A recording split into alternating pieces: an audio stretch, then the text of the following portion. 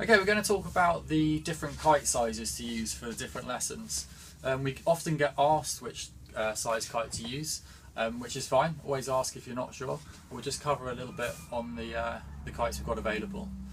If we're taking a land lesson, so say power kiting, the start of a kite buggy lesson, or the start of a kite surfing lesson, we've got a range of different sizes from the 2-line 0.6 metre kites up to the 4-line 5 metre kites on the handles.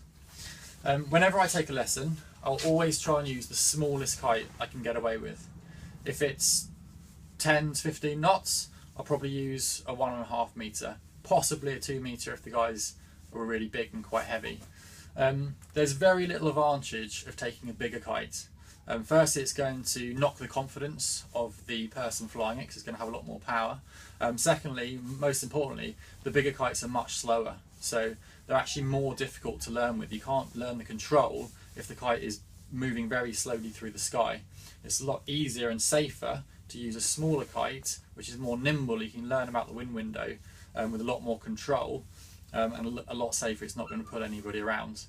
I would say for the day one kite surfing, when you're just learning to fly the kite, I would never use a kite bigger than the 1.5 metre. The 1.5 metre will fly just as well as say a 3 metre in light winds, but it'll be a lot more agile, it'll be a lot more nimble. So there's never any reason to take the bigger kites. For the kite surfing kites on the wall here, although it's not that full at the moment because it's the winter, we've got all the sizes from 3 metres up to 17 metres. And again, I'm always going to try and use the smallest kite I can get away with.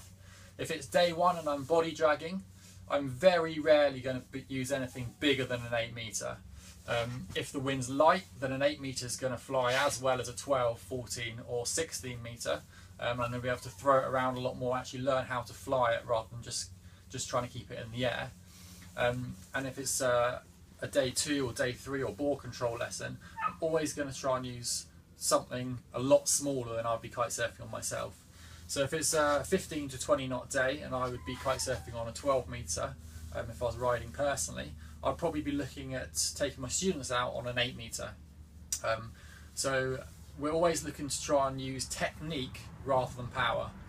That way the students are going to be a lot safer and they're going to learn to actually board start, come out the water with their stomach muscles and the technique rather than just relying on the kite to do all the power. When you start a lesson, the students often give you a little bit of background information on them, on their level and their ability and their confidence as well. Although it's worth listening to that, it's not worth going on that as the truth, because as I'm sure a lot of you know, the truth can be bent quite a lot when it comes to the students' confidence levels in their own ability. So always go on what you think is safe for that day rather than what they think they should be using. If the kite is too small, we can always go up a size later. We can always swap it over. It's much better to be underpowered than overpowered and a lot safer.